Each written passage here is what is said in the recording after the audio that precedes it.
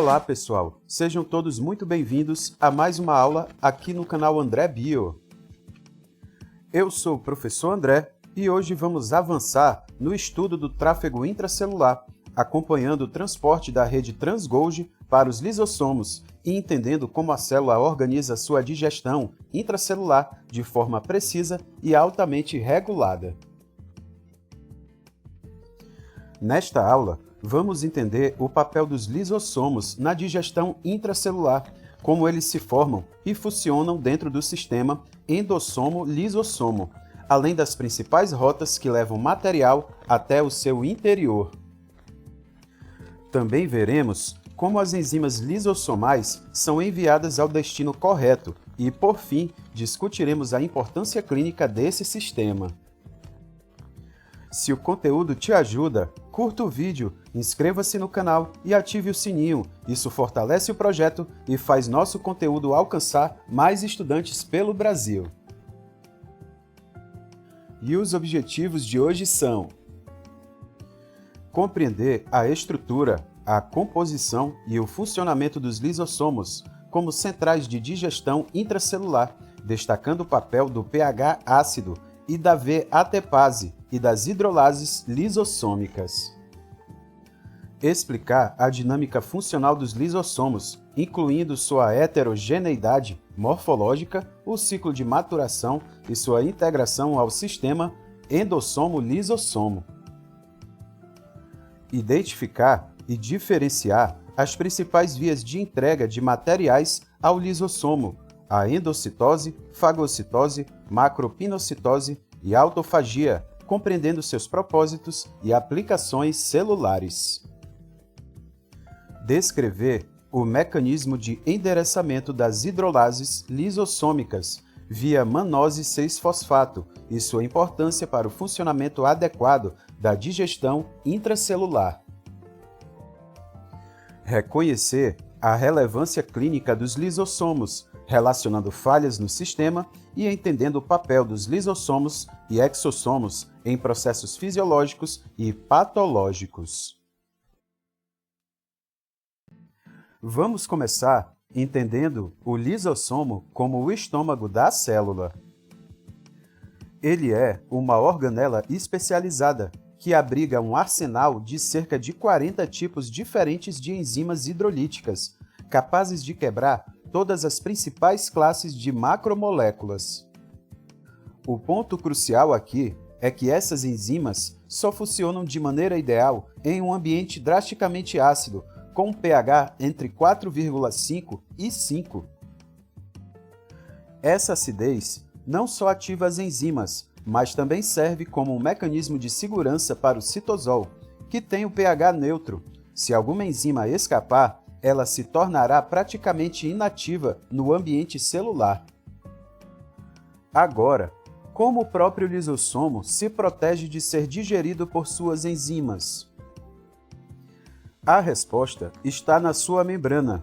Ela não é apenas uma barreira, é altamente especializada. As proteínas integrais dessa membrana são fortemente glicosiladas, ou seja, possuem uma capa de açúcares que funciona como um escudo protetor, impedindo que as próprias hidrolases do lúmen as degradem.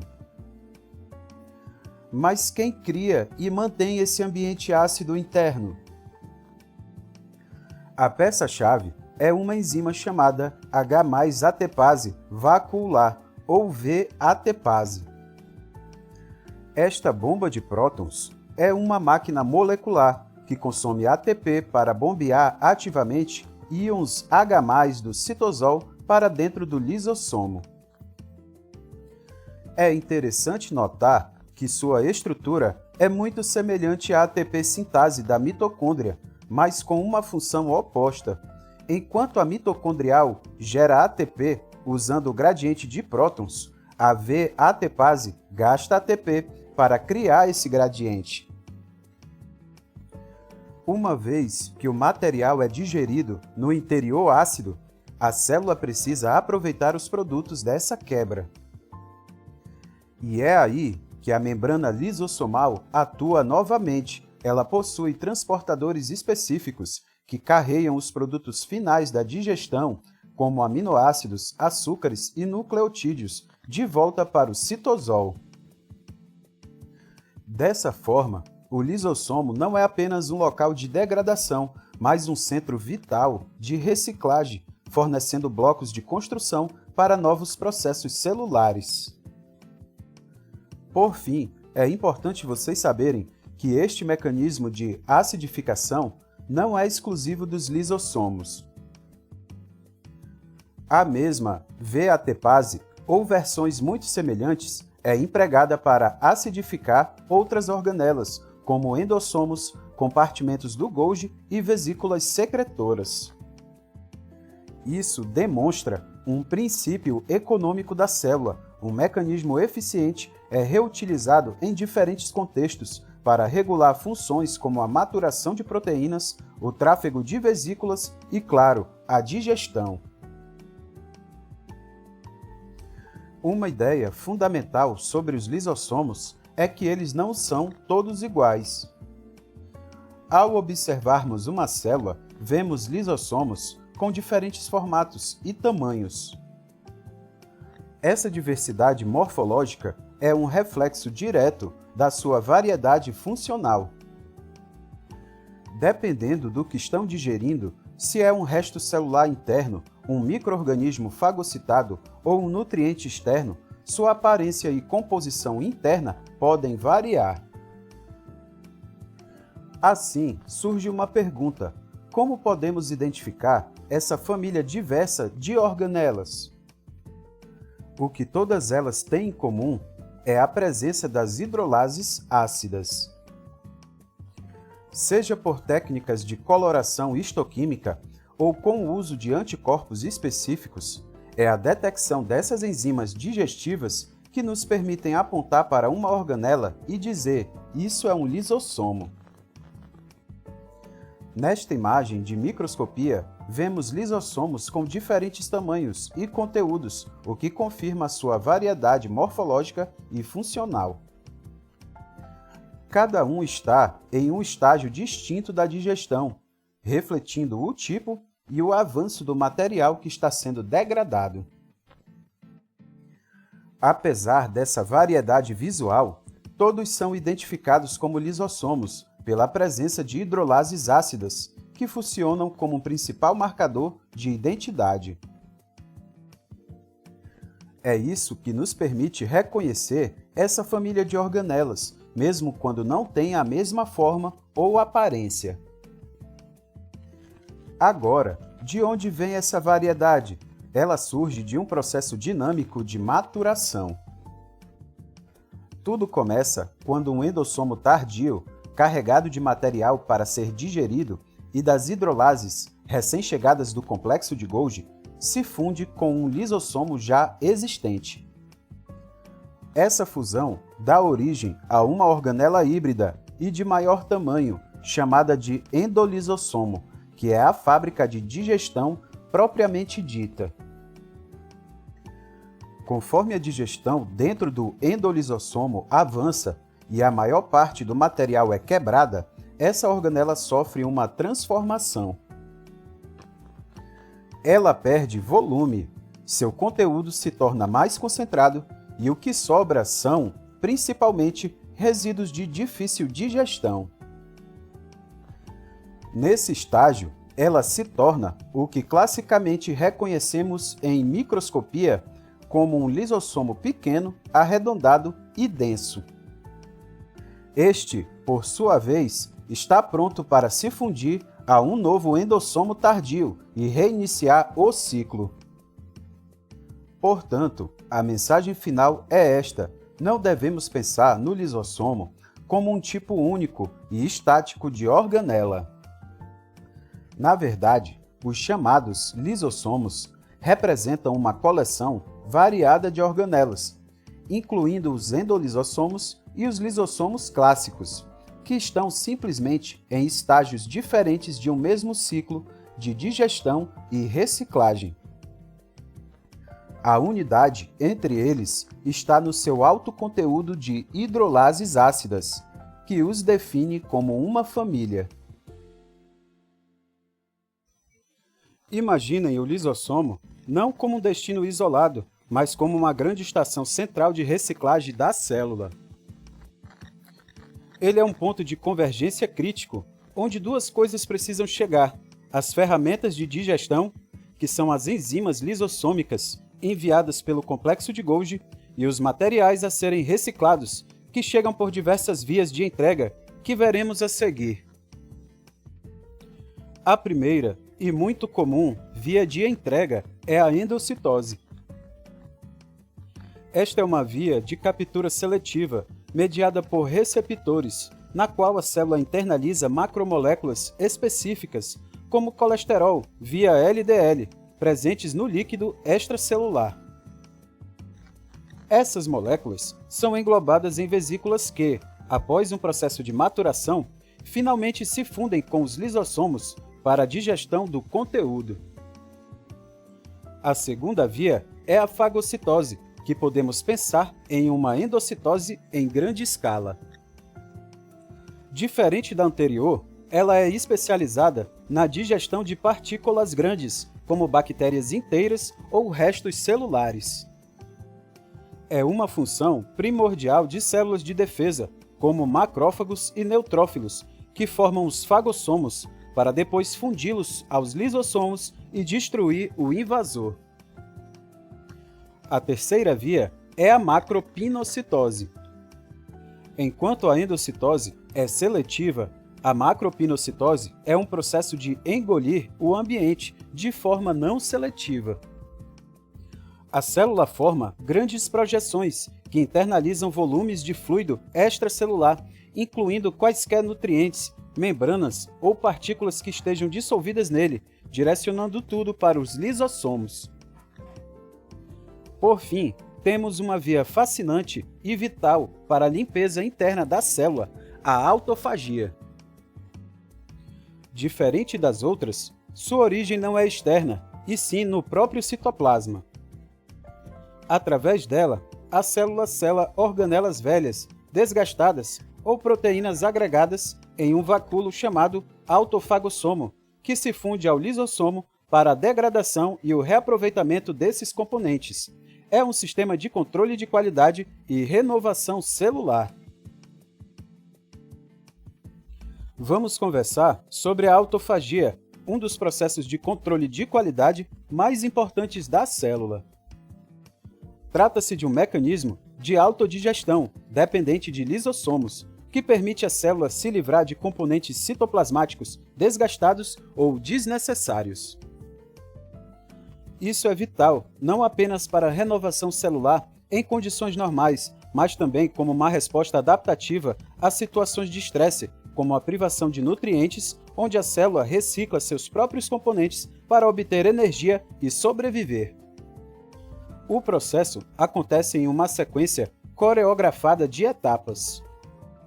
Tudo começa com um sinal de indução, que ativa uma complexa maquinaria proteica. Essa maquinaria orquestra a nucleação e expansão de uma membrana de dupla camada, que cresce para envolver a carga a ser degradada, formando uma vesícula chamada autofagossomo. Este autossomo então se funde a um lisossomo, criando um autofagolisossomo, onde as hidrolases ácidas finalmente digerem a carga e a membrana interna do autofagossomo. Agora, um ponto crucial: a autofagia não é um processo único. Ela opera em duas modalidades principais. A autofagia não seletiva captura porções aleatórias do citosol, sendo ativada principalmente durante a fome para gerar nutrientes de forma rápida. Já a autofagia seletiva é muito mais sofisticada, direcionando-se especificamente a componentes como mitocôndrias, peroxissomos ou até micróbios invasores, com grande precisão. Nesta micrografia eletrônica, podemos observar lado a lado uma mitocôndria e um peroxissomo. Essa imagem é útil para entendermos a autofagia seletiva, pois mostra exatamente dois dos principais alvos desse processo. Em situações específicas, como estresse celular ou dano estrutural, a célula pode reconhecer e remover apenas a organela defeituosa, realizando, por exemplo, a mitofagia para mitocôndrias danificadas e a pexofagia para peroxissomos. O exemplo mais bem estudado de autofagia seletiva é a mitofagia, a degradação de mitocôndrias danificadas. Quando uma mitocôndria sofre um dano e perde seu potencial de membrana, uma proteína chamada PINK1 se acumula em sua superfície. Essa PINK1 atrai outra proteína, a Parkin, que age como marcador, ubiquitinando proteínas da membrana mitocondrial. Esse sinal de jogar fora é reconhecido pelo maquinário autofágico, que empacota a mitocôndria defeituosa em um autofagossomo.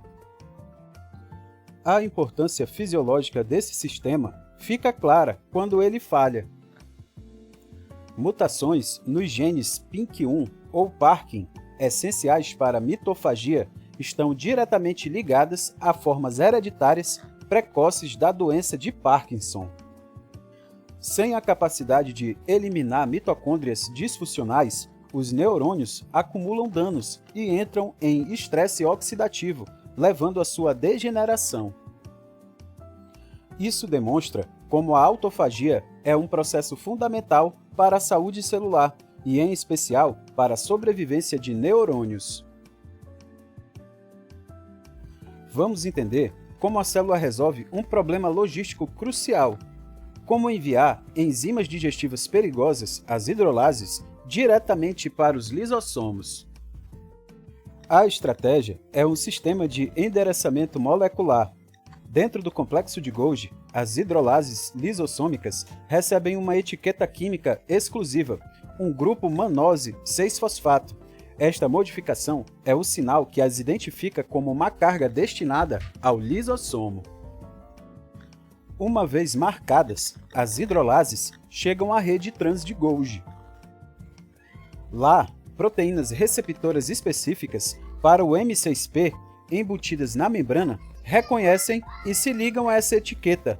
Do lado citosólico, esses receptores recrutam proteínas adaptadoras e clatrina, iniciando a formação de uma vesícula revestida, que empacota seletivamente as hidrolases para despachá-las. Essa vesícula se destina ao endossomo. O grande trunfo do sistema é um mecanismo de liberação inteligente. O lúmen do endossomo é mais ácido do que o trans-Golgi. Nesse ambiente ácido, a conformação do receptor M6P muda. Ele solta a hidrolase, liberando-a no interior do endossomo, que subsequentemente amadurece para se tornar um lisossomo. A enzima, assim, chega ao seu destino final. E o que acontece com o receptor vazio? Ele é muito valioso para ser descartado.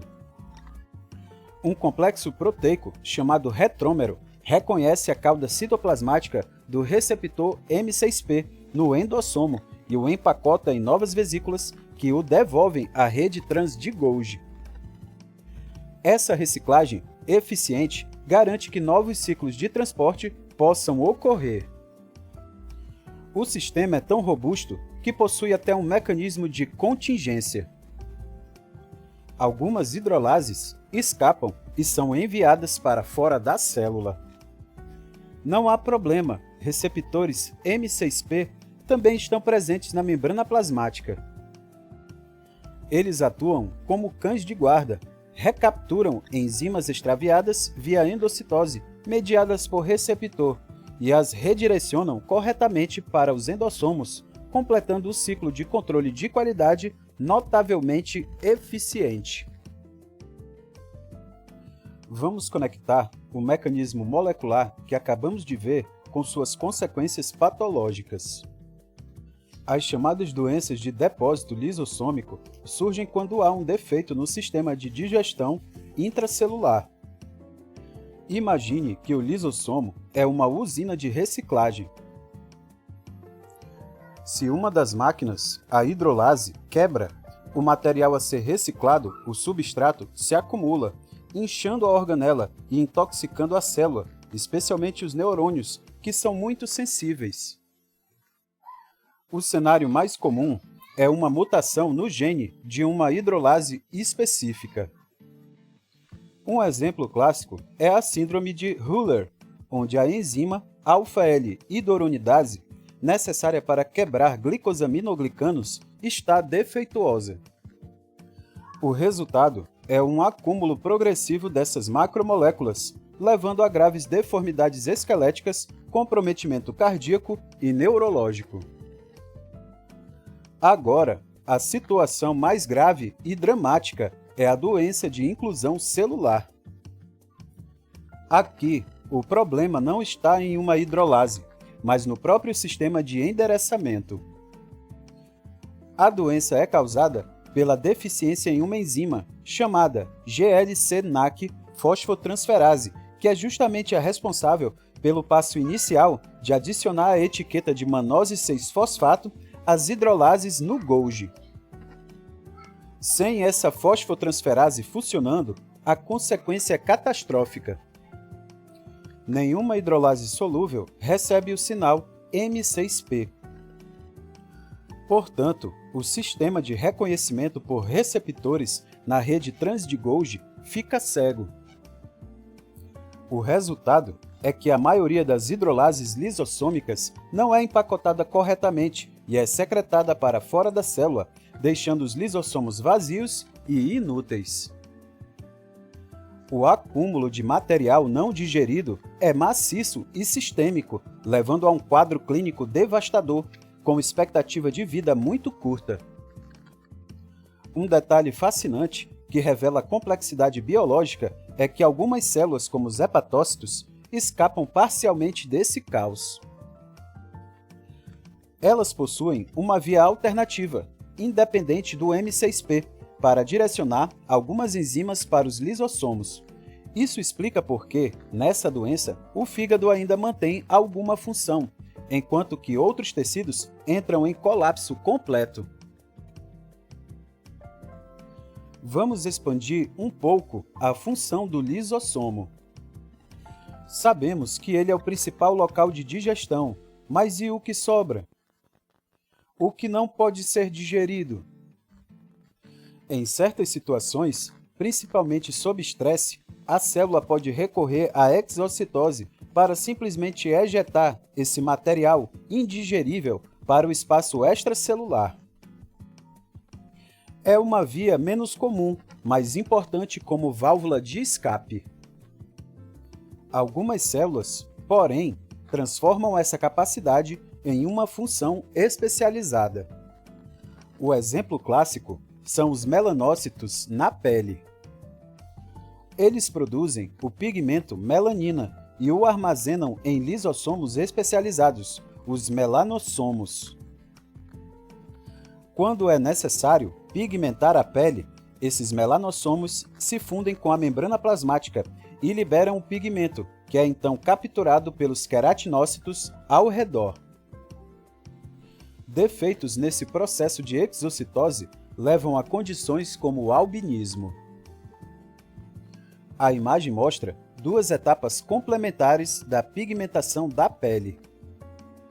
No painel A, vemos os melanócitos, produzindo melanina dentro dos melanossomos e conduzindo essas organelas até a periferia da célula. Quando necessário, esses melanossomos são liberados por exocitose, um processo que pode ocorrer de forma contínua ou ser estimulados pelos queratinócitos. Já no painel B, observamos o destino desse pigmento. Os queratinócitos capturam os melanossomos liberados, seja por fagocitose ou macropinocitose, e passam a armazenar a melanina em seu interior. É essa captura pelos queratinócitos que garante a coloração da pele e a proteção contra a radiação ultravioleta. Agora, um conceito mais moderno e fascinante. A exocitose não serve apenas para eliminar coisas, mas também para se comunicar. Os corpos multivesiculares, que são endossomos tardios, cheios de pequenas vesículas internas, também podem se fundir com a membrana plasmática. Quando isso acontece, em vez de liberar enzimas, a célula libera essas pequenas vesículas no espaço extracelular. Essas pequenas vesículas liberadas são os exossomas. Eles são, essencialmente, as vesículas intraluminais que estavam armazenadas dentro do corpo multivesicular, ejetadas para o meio externo. É importante notar que algumas vesículas extracelulares podem se originar de brotamentos diretos da membrana plasmática, as microvesículas, mas os exossomas têm essa origem endossômica específica. Essa imagem mostra de forma clara como os exossomas se formam e são liberados para participar da comunicação entre células. No lado esquerdo, vemos a via clássica, o material vindo do citoplasma ou do endossomo inicia a formação das vesículas intraluminais dentro dos corpos multivesiculares. Esses corpos multivesiculares podem seguir dois destinos, ou se fundem com o lisossomo, sendo degradados, ou se fundem com a membrana plasmática, liberando as vesículas intraluminais como exossomas no meio extracelular. No lado direito, a imagem destaca a via direta, que é uma rota alternativa em que vesículas brotam diretamente da membrana para fora da célula. E, por fim, o detalhamento mostra o conteúdo típico desses exossomas. E por que a célula faria isso? Os exossomas não são apenas lixo. Eles carregam uma carga molecular específica, como RNAs, proteínas e lipídios, e funcionam como um mensageiro entre células. Eles podem viajar pelo sangue e outros fluidos, serem capturados por células distantes e influenciar o seu comportamento. Ainda estamos descobrindo a extensão desse papel na saúde e na doença, mas é um mecanismo de comunicação intercelular de longo alcance e enorme importância. Para concluir a aula de hoje, vamos retomar os conceitos essenciais. Em primeiro lugar, vimos que os lisossomos funcionam como o centro de digestão e reciclagem da célula, responsáveis por degradar diversas macromoléculas e reutilizar os seus componentes. Em seguida, destacamos que essas organelas não são estruturas estáticas. Pelo contrário, os lisossomos apresentam grande diversidade morfológica e funcional, variando conforme avançam pelas etapas do ciclo endolisossomal. Também revisamos as 4 rotas principais que levam material para os lisossomos: a endocitose, fagocitose, macropinocitose e autofagia. Essas vias permitem que o lisossomo processe tanto elementos vindo do meio externo quanto componentes internos da própria célula. Depois, reforçamos o papel do sistema de endereçamento por mannose 6-fosfato, que garante que as hidrolases lisossômicas sejam enviadas ao destino correto. Por fim, observamos que esse sistema tem grande relevância clínica e fisiológica. Alterações nessas vias podem causar doenças de depósito lisossômico, enquanto processos como a exocitose de lisossomos e a liberação de exossomos mostram como essa organela também atua na comunicação celular e em ajustes finos da homeostase.